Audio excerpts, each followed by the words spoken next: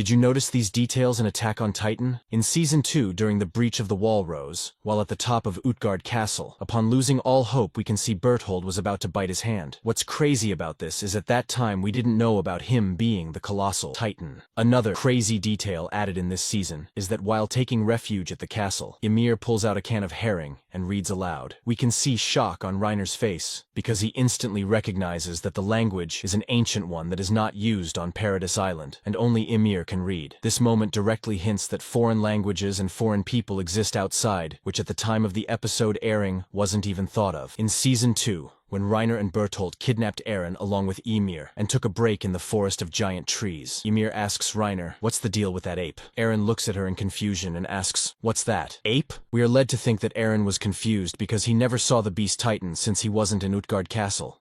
But it seems that Eren literally had no idea what a monkey is in the first place, indicating that monkeys do not exist in the walls, but do outside of them. After speculating that the female Titan was after Eren, Armin told Jean and Reiner to put their hoods up so that the female Titan would not recognize them. However, before Reiner attacked the female Titan, he removed his hood. Additionally, we can see Annie smiling at Reiner. In the Marley arc, before Eren's attack, there is a sneaky hint of Zeke's betrayal. Zeke encourages Reiner to go to the basement with Falco, and we know who was waiting for him there. Parallels between Eren and Mikasa. When Mikasa unlocked her Ackerman power, it was to save Eren. And when Eren unlocked his founding power, it was to defend Mikasa. In the first episode, when the colossal Titan grabbed the wall, it left hand marks there. In Season 3, when the Survey Corps came back to retake Wall Maria, we can still see the marks. Amazing attention to detail. In the first chapter of the manga, there is only one page numbered, the page 13. This page foreshadows the most heartbreaking scene in the series. See you later, Eren. The scene in the cabin happens exactly 13 years later. There's still more to this. A few pages later, we see a giant number 845, which tells us the current year. Isayama has never done that again. So the interesting part is, we have the numbers 13 and 845. And what happens on chapter 138, page 45?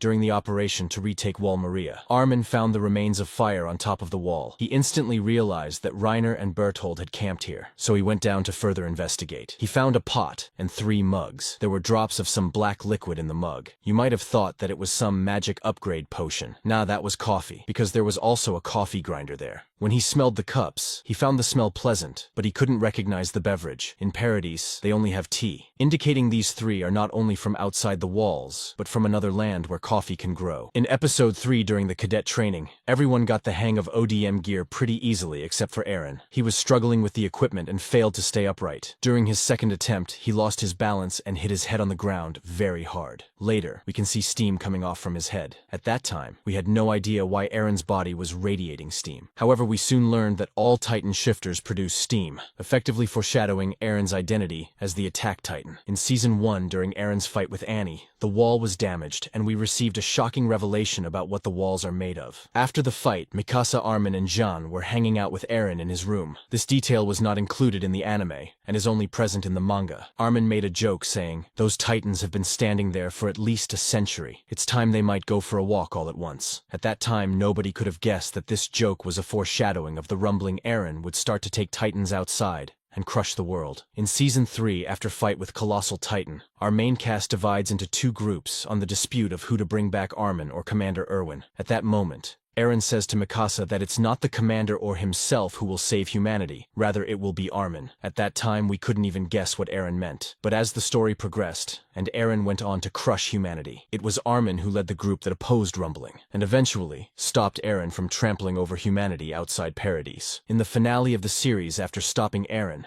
everyone reunites with their families. We can also see Jean and Connie meet Sasha, who gives them a farewell salute with a smile. However, when Gabby is hugging Falco, if you look closely in the background, we can see Sasha fading away and watching her go. Connie breaks apart, and Jean comforts him. In Season 4 of the show, when Zeke and Eren secretly used to meet, since Zeke was being careful not to make physical contact with Eren, he threw a baseball as a gesture of handshake. If you look closely, we can see both of their shadows don't have heads. This directly foreshadows that both brothers are going to be beheaded. Another detail you might have missed is when Zeke throws the ball toward Eren, he drops the ball, which hints at Eren betraying Zeke for control of founding power. In the very first episode of Season 4, Falco is lying on the ground during the fight between Marley and the Mideast Allied forces. Colt saves him and brings him into the trench. He is still dizzy, and he asks his friends, "Wasn't I flying around with a sword just now?" This is the direct foreshadowing of Falco inheriting the Jaw Titan, who can also fly. But future memories are only exclusive to Attack Titan, so how Falco received them? The only reason could be because Eren showed him these memories. What do you guys think?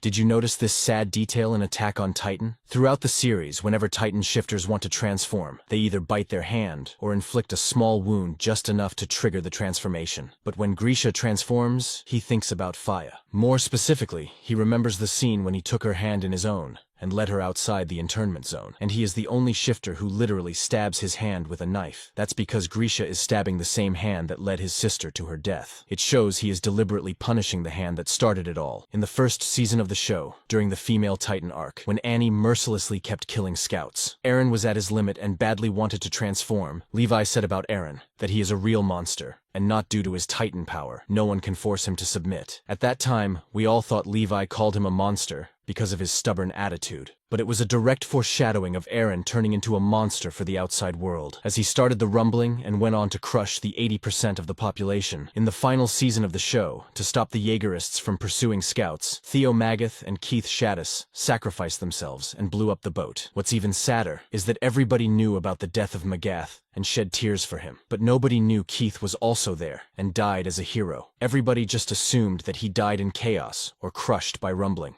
Ironic how he was a bystander, even in his death. When scouts visited Marley for the first time, a Prego woman passed by Eren in the streets of Marley. His facial expression changed when he saw her, and he seemed bothered and sad. This is the same woman carrying a child who fell off the cliff because of rumbling. Eren knew her fate and felt enormous guilt after seeing her. Fun fact, her child was voiced by Yuki Kaji's newborn, the Japanese VA of Eren. Though we first came to know in episode 8, when Eren emerged from Titan, that humans can transform into Titan. But did you notice that this fact was actually hinted at in the very first chapter of the manga? When Colossal Titan attacked the gate of Shiganshina district, we could see only one footprint, which means that the Colossal Titan didn't walk all the way to the gate, but it appeared out of nowhere, hinting that it wasn't always in the form of a Titan, but rather something much smaller before transforming. When Eren was abducted by Rod Rice inside a cavern, Eren said, "Haven't I been to this place before?" Some think that he found the place familiar because of memories of the previous owners of founding Titan. But that's not it. This scene is actually a foreshadowing of Eren and Zeke visiting Grisha's memories, when Eren manipulated his father into stealing the founder and killing Rod's family, and when Rod Rice turned into Titan and the whole structure started falling.